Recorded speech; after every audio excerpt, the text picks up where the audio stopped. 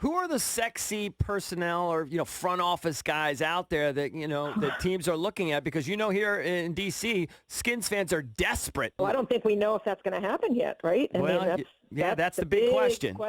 Yeah. Right. That's what will shape everything. But, I mean, it seems that Bruce Allen has a fan club of one, Dan Snyder, and that's it. I mean, I'm not sure. I don't think anybody else in the league would hire him, and he's been around a long time. I'm sure he's got a lot of relationships. But what is your best guess as to how it plays out? It's a guess for everyone because Dan is sort of a reclusive guy, doesn't talk to anybody.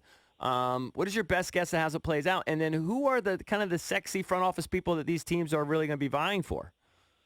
Well, I think one big personnel name would be Nick Caserio out of New England, who Houston tried to get last year.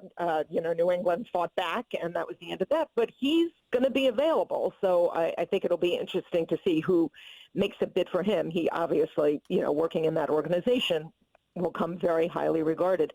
As for what's going to happen in Washington, as you said, it's anybody's guess. I mean, does Bruce Allen step aside? Does Dan Snyder sort of push him aside? You said he's got a fan club of one, but it's the only one that matters because it's Dan Snyder who has to make this decision. I do wonder if, presumably Dan Snyder has already put plenty of feelers out there about head coaching candidates since firing Gruden. I imagine the feedback he is getting is that it will be a limited list of people who would take that job if Bruce Allen stays. Right. But look, if Dan Snyder is convinced that this can work with Bruce Allen, he's the only person who has to think that because it's his team. He gets to make that call. I have no insight into what is going to happen here. I'm not sure anybody has a really good read on what will happen here. Right. You mentioned New England. It's so strange, this Spygate 2 situation. I've tried to follow a little bit, but I'm kind of annoyed by it. So I tried to watch the leaked video and the camera guy getting caught and then saying, hey, I could just delete this. I didn't even understand what they could possibly be getting from that footage that you couldn't get just going to the game. Right. To be honest with you.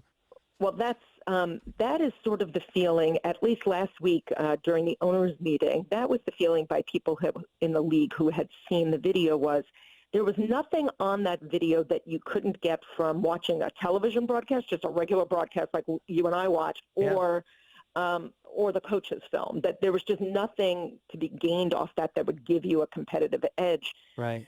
But, they have to do an investigation. First of all, the Bengals are furious, not surprisingly. And let's be honest, the Patriots don't get much of the benefit of the doubt anymore because of, their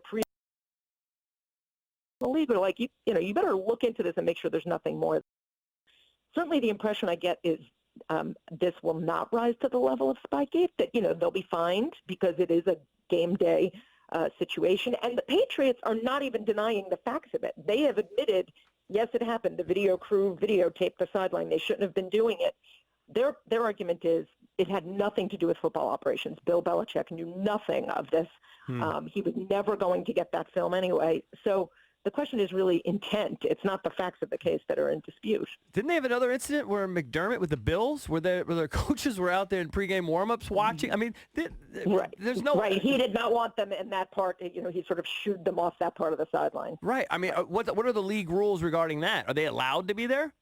I think they're probably allowed to be there. I think they were getting a little too close and spending a little too much time observing, and he didn't want them there, which is, McDermott's a super competitive guy too. So that's, he's going to be a stickler for that kind of stuff too. I think it all comes down to, there's very little benefit of the doubt afforded the Patriots on stuff like this. Right. Everybody thinks they might be up to something, cutting the corner.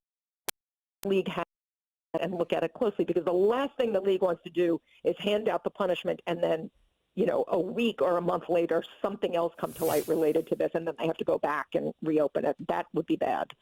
Joined by Judy Batista, NFL Network reporter. You can follow her on Twitter at Judy Batista. That's with 2 T's in the beginning.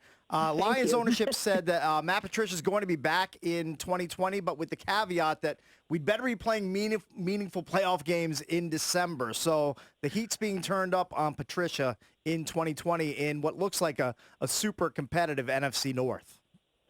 Yeah, that was an interesting statement, I thought, because that basically laid it down like if you don't get to the playoffs, this is it. You're going to be out. Look, it's been a disappointing run for Matt Patricia, and I know they have injuries. I get all of that. But they fired Jim Caldwell, and he had much better results than they've had in the Lions since then. So, I guess I'm not surprised that they did not blow it up, because this is a franchise that historically has kept their coaches for a while, has let it play out for better or worse. And I think they want to see if they can develop something. But they are certainly on the hot seat. When we do our lists as we go into the opening of next season, like what coaches are on the hot seat, you can put them squarely on the hot seat.